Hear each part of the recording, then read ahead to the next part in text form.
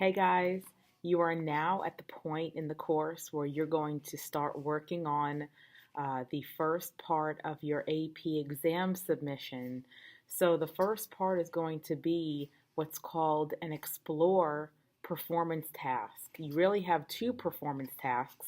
One is the create performance task, and the other one is the explore performance task. We're starting with the explore performance task because that is the easier task. It's basically a beefed up, souped up version of your innovation projects, your cybersecurity innovations project, and the other innovations project that were due a couple weeks ago. But this project is way more extensive. Step number one, most important part about this project, print off the rubric that I sent you. If you print it off on a regular printer, it is probably going to be 2 pages. This is what I recommend you do. Take a highlighter, okay? And as you are typing your submission, obviously on a Microsoft Word document, you want to have a rough draft. You need to take your highlighter and check off wherever you have completed a task. So for example, the first task says the artifact right here. It has artifact, and it says the computational artifact identifies the computing innovation. So you're identifying your innovation, and notice this word and right here. And. Okay, it's not or, it's and. Provides an illustration, representation, or explanation of the computing innovation's intended purpose, function, or effect. Okay, so that is number one.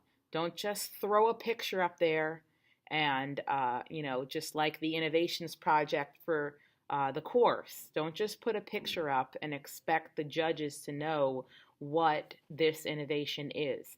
You have to follow the rubric exactly how it says.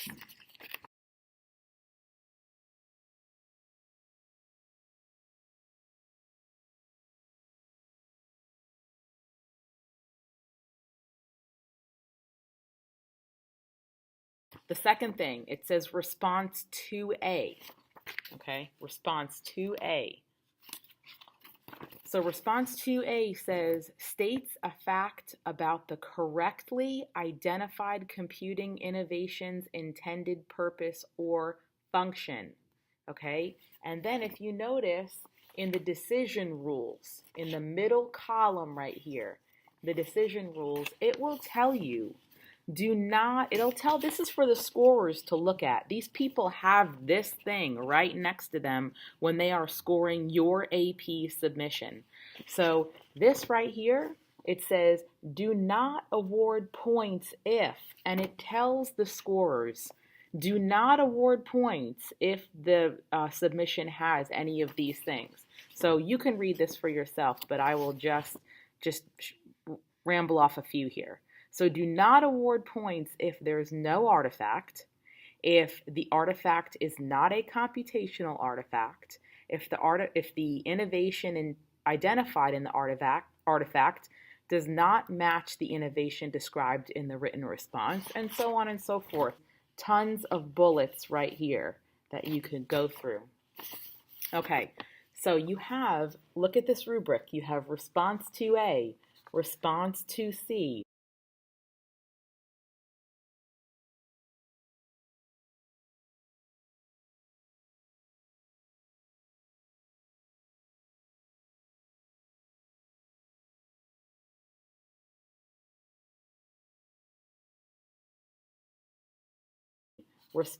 Another response 2C.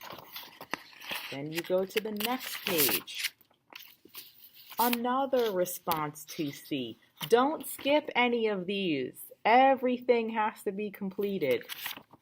Then there's response 2D. Another response 2D. And then you have response 2E and artifact written response. and references. You need to complete the reference section. It says, do not award any points if the following is true. The response contains a list of sources only with no in-text citations. If you do not have in-text citations, you will not receive points for this. Your points will go way down. Go to your English teachers and have them look over your essay and ask them, do I have proper in-text citations, MLA style, where you put your in-text, the author's last name, comma, all that. You know how to do that, MLA students. You're seniors and juniors in high school, so you should know how to do in-text citations. I saw very, very few in-text citations in your submissions for my class. All I counted off was that you had the 3 sources cited. That's fine for the class, but for the AP submission, in-text citations. I cannot tell you enough.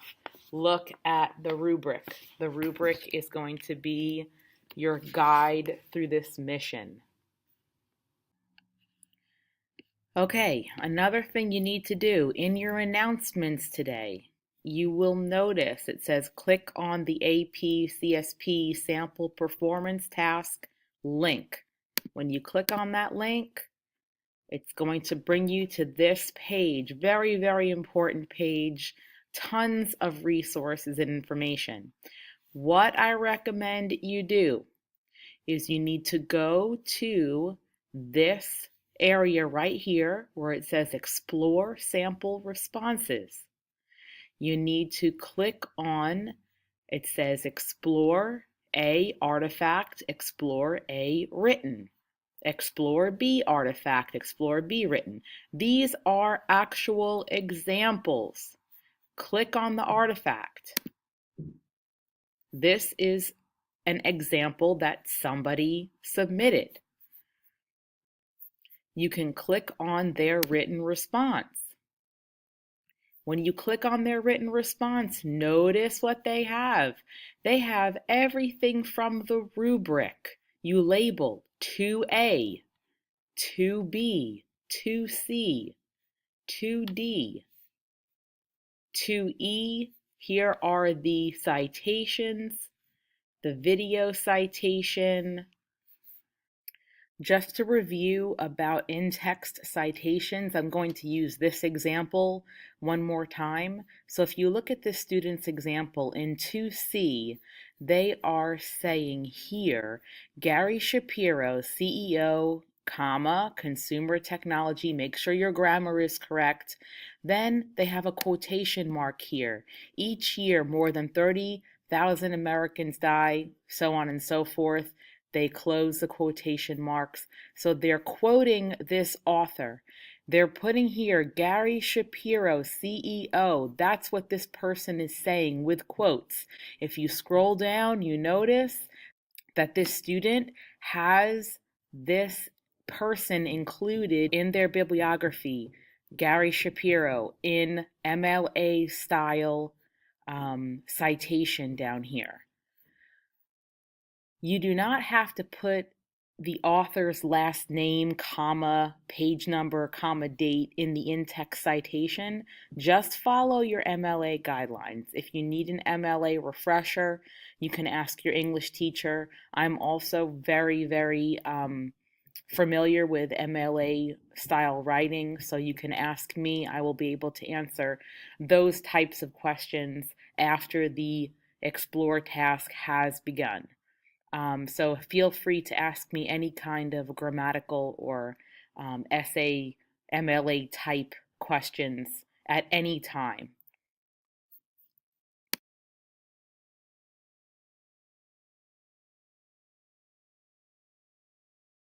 Okay, let's click on another example of a written response. Okay, and this person looks like they've labeled a few things. They have 2D, 2C. Okay, here are the citations.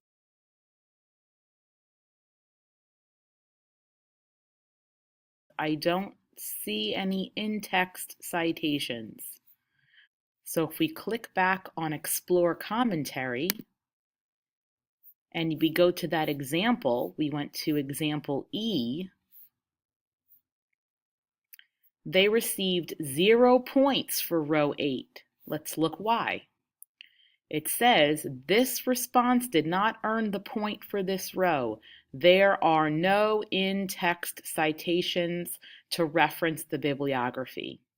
Make sure you are making those in-text citations. Once again, I would strongly suggest you go through each of these samples, compare it to your rubric, and then click on Explore Commentary, where you will get to this page and look at what the judges or scorers wrote about each one of these rows. Remember, the rows come from the rubric. So go over these and make sure that when you're writing your final submission, you are checking off everything that you have on that rubric. They will not be lenient. They will either say you have it, you get the point, you don't, you do not get the point. One more thing I'm going to say, and the reason I'm on camera face to face with you guys is because I really want you to understand how serious of a point I'm going to make right now. You may not plagiarize. Your essay submission will get thrown out the window. They will not score it. They will not look at it. You will get in trouble. It is bad news. Do not copy and paste or copy word for word anything that you see in a book, on the internet, anywhere. Do not copy and paste. You need to read, put it in your own words, summarize. You need to, if you copy an author's direct statement, you need to put quotes around it, cite the author, MLA style. Very, very, very important. Do not plagiarize. Please do not plagiarize because it will only harm you. You do not want that on your record. This is College Board, guys. This is big time. This is the AP exam. So make note of it. Please double, triple check your work. Please do not plagiarize. Finally, I wish you the best of luck on this Explore task. I know you're going to rock it out. The next performance task is my personal favorite. That is the Create task, where you're writing your own program. It rocks. You guys are amazing programmers. You're going to have so much fun. So that's my favorite thing to look at. But your Explore task, you're going to rock it out. It's just, think of it just as an essay. And I wish you the best of luck, and I'm proud of all you guys.